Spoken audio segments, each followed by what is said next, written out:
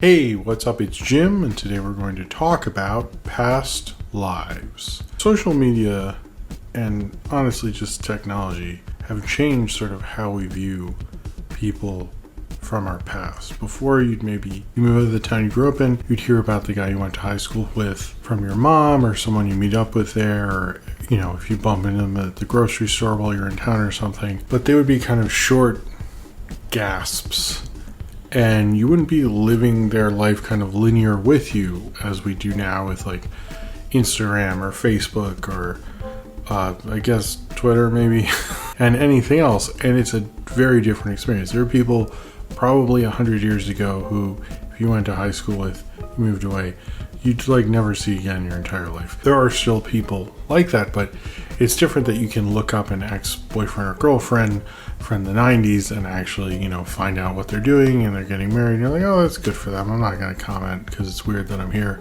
and hoping like a photo from 5 years ago while you're scrolling through for too long. I think past lives is a lot about that, but also about kind of this idea of something you could have had. You look at certain people from your past, you thought we could have, not just romantic, but you could have had a band, we could have hung out more, we could have had a friendship, and it really didn't become more than that. And this is about Haesung and Nora, which is kind of, I forget her name in Korea, but they grew up in Korea, they were friends, it seemed like they were getting closer, sort of went on a date when they were 12, if that means anything.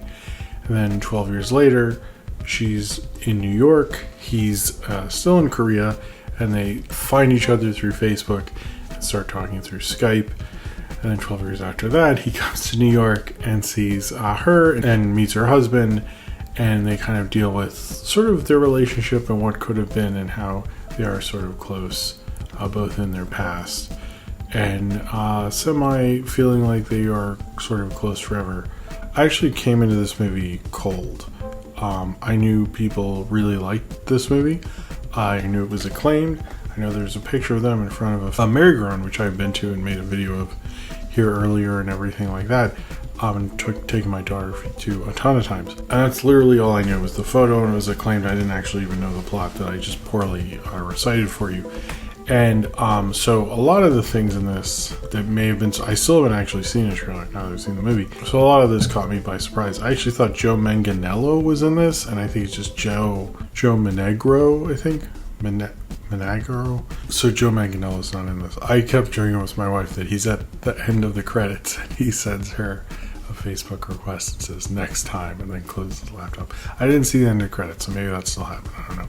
It was interesting seeing a movie cold because there's so many trailers, and I talk about movie news on Twitter and on here and all this stuff, and can consume a ton of movie news that it's really hard to see a movie without knowing something about it.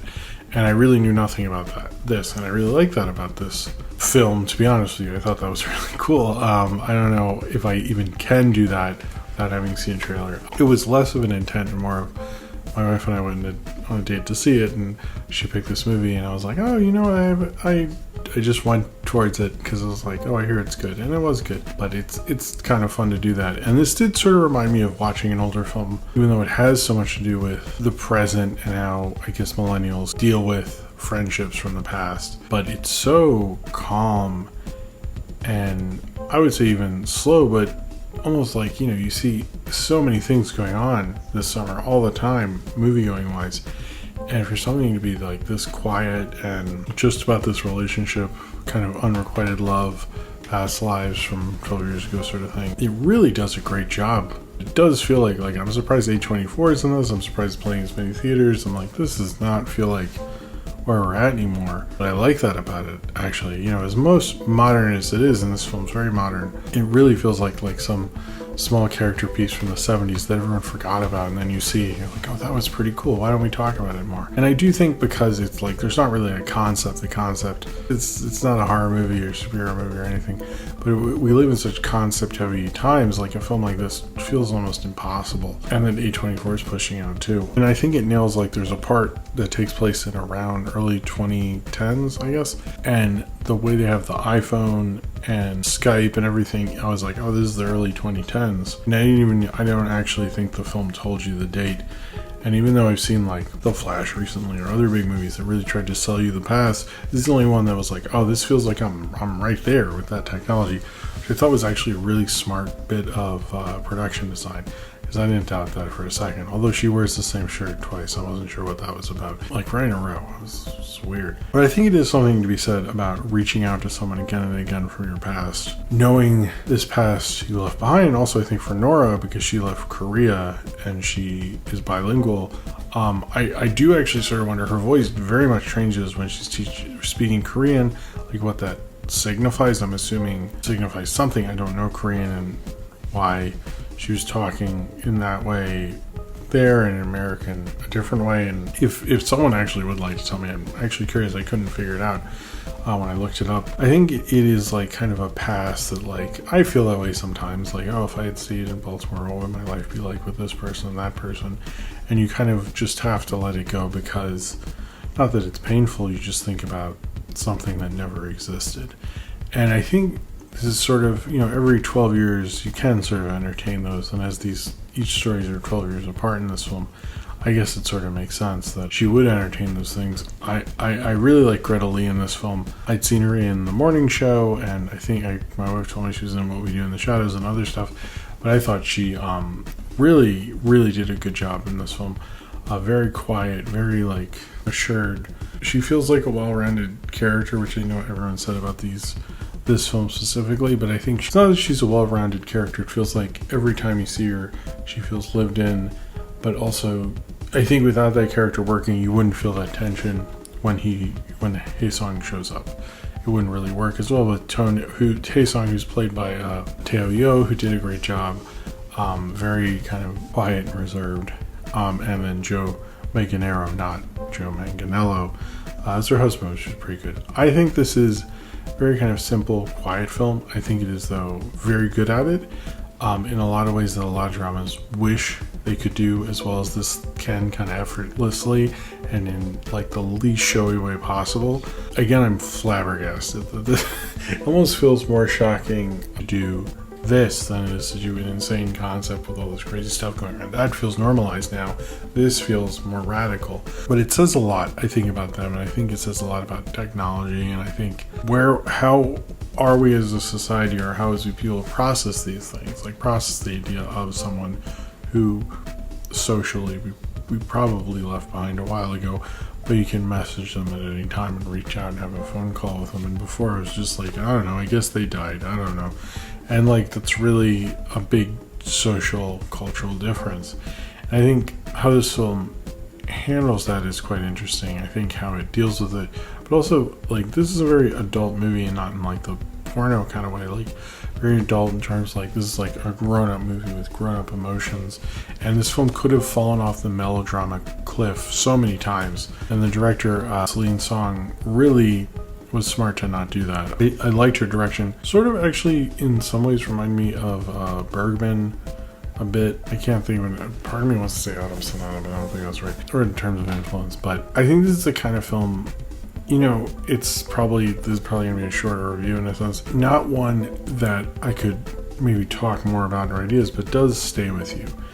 And it stays with you because it says something that rings true about that. Like, seeing and keeping up with these people feels unnatural, but it is the way this world is, and how do we sort of deal with that?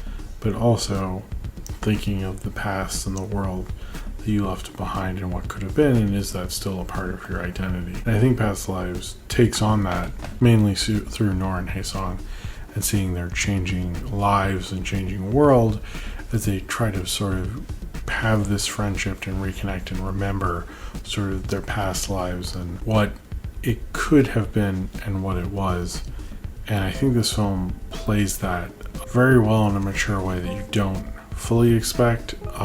It was a couple of times they do this thing where they cut back and show a scene to like explain what they're doing from the previous part of the film. I really don't like that in any movie. I know a lot of people do, and specifically with this one, I was like, I don't need to see that. I saw it in this movie that I paid for like 10 minutes, like an hour ago. You don't need to remind me. Like, I get where we are. I don't know if that's an audience thing. Like, the film feels so assured, and it's kind of like not bucking to any current standards and then does that. I'm like, oh, okay. All right. If people are checking their phones too much, at least they have this scene here. But it's like, I get it. You don't need to do that too much, but teach their own, I guess. This is thinking about what could be, what you could have been, what they could have been, what you could have been together while looking at the past. It's kind of like the grass is always greener. And, what are you going to do when you move in and realize the grass smells bad? Past Lives reminds me of kind of the great kind of quiet kind of romance films of moviedom past, but I think it's more about like trying to be this sort of different thing in this current landscape, and I think that's a really interesting artistic move. I hope more people see this kind of movie.